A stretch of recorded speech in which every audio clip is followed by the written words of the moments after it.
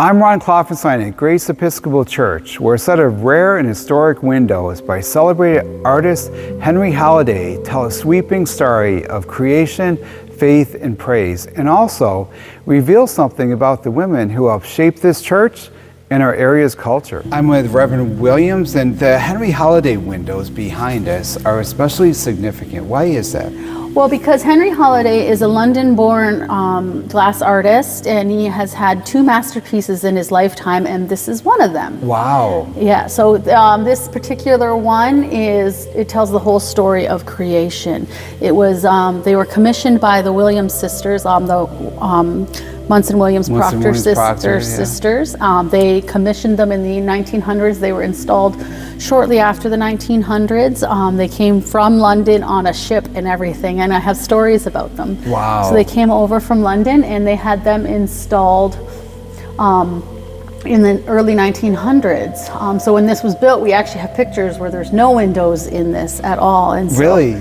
They put the pictures, and it tells the whole story of creation. Yeah, for our radio listeners who aren't seeing this, like what do people see in these windows? Well, I see a bunch of different things theologically than the average person would, but it tells the story of the land.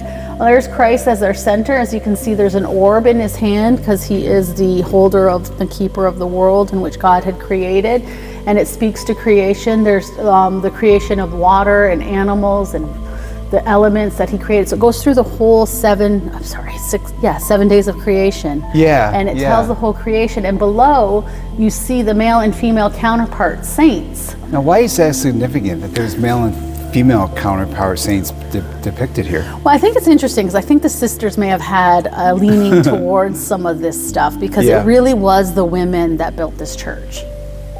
Henry Halliday's work reaches beyond art. Historical accounts say his wife and daughter were suffragettes. That makes his work here feel more interesting because it's about more than faith and beauty. It's about women's visibility and influence. Rachel Munson Williams Proctor and Mariah Watson Williams Proctor grew up right here at what is now Fountain Elms. The women behind the windows at Grace Episcopal Church were deeply tied to this place. Helen Munson Williams raised her daughters, Rachel and Mariah, to appreciate not only beauty, art, and culture, but also to give back to the community. Helen really deserves a lot of credit. For what?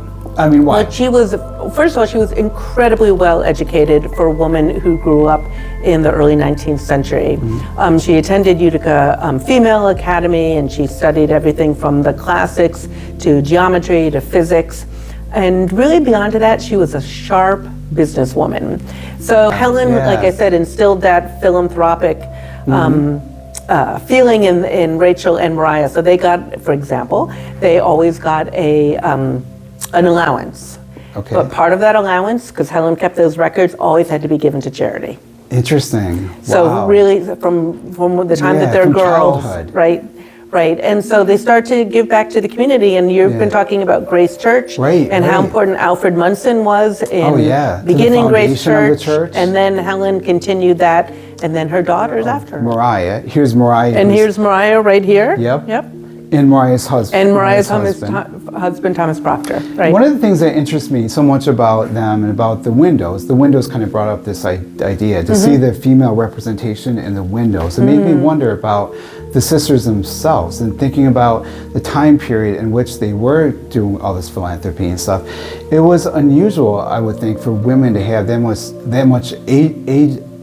agency at the time to spend the money like that and have such an influence on the culture. Can you speak to that? Sure. So a lot of the money in the family did go through the women, because Helen inherited her father's estate, her parents' estate, and part of her brother Samuel, who predeceased her, and that went to Rachel and Mariah, who married the Proctor half-brothers. Yep. So they did, but they were also very typical of women of their time. How so? Well, so for example, when paintings that were owned by Helen and then inherited by her daughters were exhibited at the Art Association here in Utica, instead of saying that they were from Mariah or Rachel Williams Proctor's collection, they would say, Mr. Thomas Proctor. Oh, the name of the husband. So the name of the husband. Yeah. And for a long time, As you can even see on this label, it still says portrait of Mrs. Thomas R. Proctor, because that's how she saw it.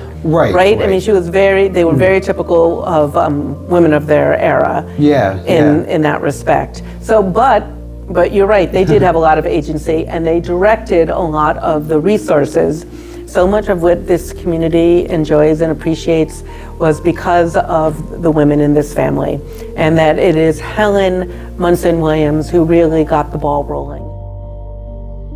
The fact that there are female counterparts in here, whether they were requested by the sisters or not, I'm not sure, but the fact that they're in there says poignantly to the role that the women wanted to see depicted in these art. You can't ignore that. When I went around, when I first got here, I was really amazed that they had all these female saints in here as well. And because usually it's just the male saints in churches. And so I think it's really nice to see the counterparts, because the women that they have depicted in here and of themselves, if we were to study them, had a significant impact. At Grace Episcopal Church, these windows serve as a powerful blend of history, artistry, and faith, but they also are one more reminder of the women who helped shape this church and our area's culture. At Grace Episcopal Church in Utica, I'm Ron Klopfanstein for 95.5 FM, The Heat. This is Ron Klopfanstein. Meet me in the hot seat every Monday at 5 p.m. for Hot Seat Media Mondays on 95.5 FM, The Heat.